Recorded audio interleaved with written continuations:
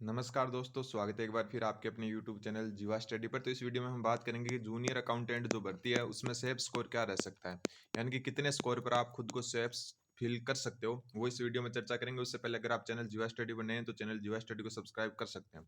तो देखो, junior accountant भर्ती में जो है दो पेपर है, दो पेपर होने की वजह से और छः छः सब्जेक्ट है दोनों पेपर में लगभग। तो इसकी वजह से क्या पेपर क्या है, थोड़ा हार्ड होगा। ठीक है, ऐसा अगर पेपर थोड़ा इजी भी आया ना तो हार्ड इसलिए होगा कि इतने इतने सब्जेक्ट हर एक स्टूडेंट को पूरा, मतलब ऐसा नहीं है कि कोई अगर हिंदी में अच्छा है तो कोई इंग्लिश में अच्छा नहीं है, कोई इंग्लिश में अच्छा है तो कोई मैथ में अच्छा नहीं है। इसकी वजह से जो एक सेफ स्कोर बताने की मैं आपको कोशिश करूंगा।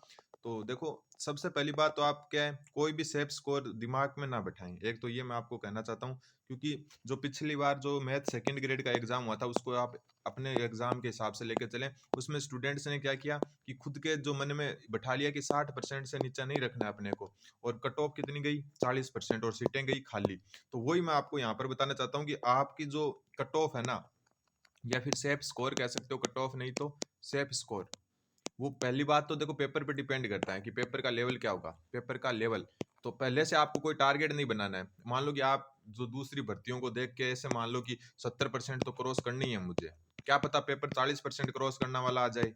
ठीक है, क्या पता पेपर 40% क्रॉस करने वाला आ जाए। तो पहले से आपको मन बना के नहीं चलना है घर से कि मेरे को 70% करना है, मेरे को 150 में से 120 क्वेश्चन करने हैं, मेरे को 135 करने हैं। कई बार 150 में से 120 की जरूरत नहीं होती है, मात्र 75-80 क्वेश्चन अगर आप कर लेते हो 150 में से तो वो बहुत बड़ी बात होती है। अटेम्प्ट की बता रहा हूँ, गलतियां भी उसमें होगी कुछ ना कुछ। मतलब कुल मिला के आप अगर 50% के आसपास बचा लेते हो ना, 45 से 50%, तो आप एकदम सेफ जोन में होंगे। एक पेपर का लेवल भी डिपेंड करेगा, लेकिन फिलहाल जो पेपर के लेवल आ रहे हैं कर्मचारी चयन बोर्ड के, उसके हिसाब से मैं आपको बता रहा हूँ कि अगर आप 50%, ज्यादा से ज्यादा 55% अगर बना लोगे, जनरल कैटेगरी की बात बता रहा हूँ मैं, हो सकता है कई कैटेगरी में ये 40% के पास ही चला जाए। ओबीसी वाले अगर 50% क्रॉस करने की सोचें तो उन वो एकदम सेफ जोन में दिखेंगे। जो कर्मचारी चयन बोर्ड का जो सिलेबस है जूनियर अकाउंटेंट का, उसको देखकर, प्लस जो है पेपर आ रहे हैं कर्मचारी चयन बोर्ड के, उसको देख के मैं ये बता रहा हूँ। लेकिन आप घर से ये सोच के ना चलें कि 70% तो मेरे को लाने ही है, मेरे को 150 में से 120 अटेम्प्ट तो करनी है। अगर 120 बाई चांस पेपर हार्ड आ गया और आप 120 का टारगेट बना के घर से चलोगे तो ये 120 लाना जो है मुश्किल हो जाएगा। और फिर आप तुक्के मारोगे, और तुक्के मारोगे तो जो 60-70 बचने ना, अपने 60 तो आपको बचा नहीं है 40% लाने के लिए, तो ये 60-70 भी नहीं बचेंगे और आप 50-55 पर आ जाओगे और बाहर हो जाओगे। तो पहले से घर से टारगेट बना के बिल्कुल ना चलें कि मेरे को इतने परसेंटेज तो लाने ही है। तो आप क्या पेपर के लेवल को देख के उसी टाइम टाइम है ना डिसाइड करें कि ये पेपर 50% वाला है, या हो सकता है 40% ही आपकी कट ऑफ रहे, जैसा कि सेकंड ग्रेड मैथ में रही थी। स्टूडेंट्स ने क्या किया, पिछले पेपरों की तुलना पर ऐसा फिक्स कर लिया कि मेरे को लगभग 100 क्वेश्चन तो करनी है 150 में से, लेकिन क्वेश्चन क्या 60 भी नहीं कर पाए, और 700 सीटें खाली चली गई 1600 में से। 1600 में से ही 700 सीटें खाली चली गई। तो आपको पहले डिसाइड नहीं करना है, घर से 70-80% का टारगेट बना के ना चलें।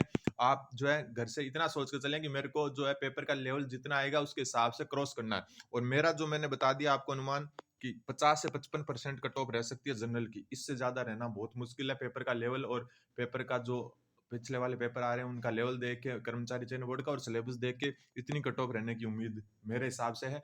बाकी आप, मैं ये भी नहीं कहूंगा कि आप इतनी कट ऑफ का ही अनुमान लगा के जाएं घर से, लेकिन कम से कम 70-80% का तो अनुमान लगा के ना जाए। वहां पर डिसाइड करना आपकी पेपर का लेवल कैसा और किस हिसाब से मैं इसको कवर कर सकता हूँ, कितने नंबर तक दूसरे स्टूडेंट कवर कर सकते हैं, तो उससे जस्ट आगे तक आपको पहुंचाना है। मैंने खुद ने सेकंड ग्रेड का पेपर दिया था, 150% थे। मैंने घर से पहले तो ये सोचा था कि 100 प्लस तो अटेम्प्ट हो ही जाएंगे, क्योंकि टेस्ट में मेरे आराम से हो जाते थे इतने।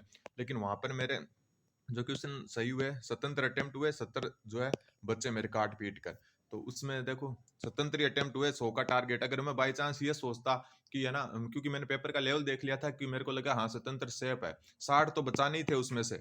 ठीक है, तो मैंने पहले अगर जो है 100 का देख लेकर चला था घर से। अगर मैं पहले स्वतंत्र अटेम्प्ट करता और मेरे को लगता है कि यार 100 से कम में तो सिलेक्शन नहीं होगा, मैं 30 फिर तुक्के मारता, 20 तुक्के मारता, तो क्या मेरे 60 बच पाते? बिल्कुल भी नहीं बच पाते और मैं बाहर हो जाता। लेकिन क्या है, मैंने स्वतंत्र अटेम्प्ट किया और मेरे को खुद को लगा कि हाँ इतना ही लेवल है पेपर का कि स्वतंत्र सेफ है, और वो मेरा सिलेक्शन भी हो गया।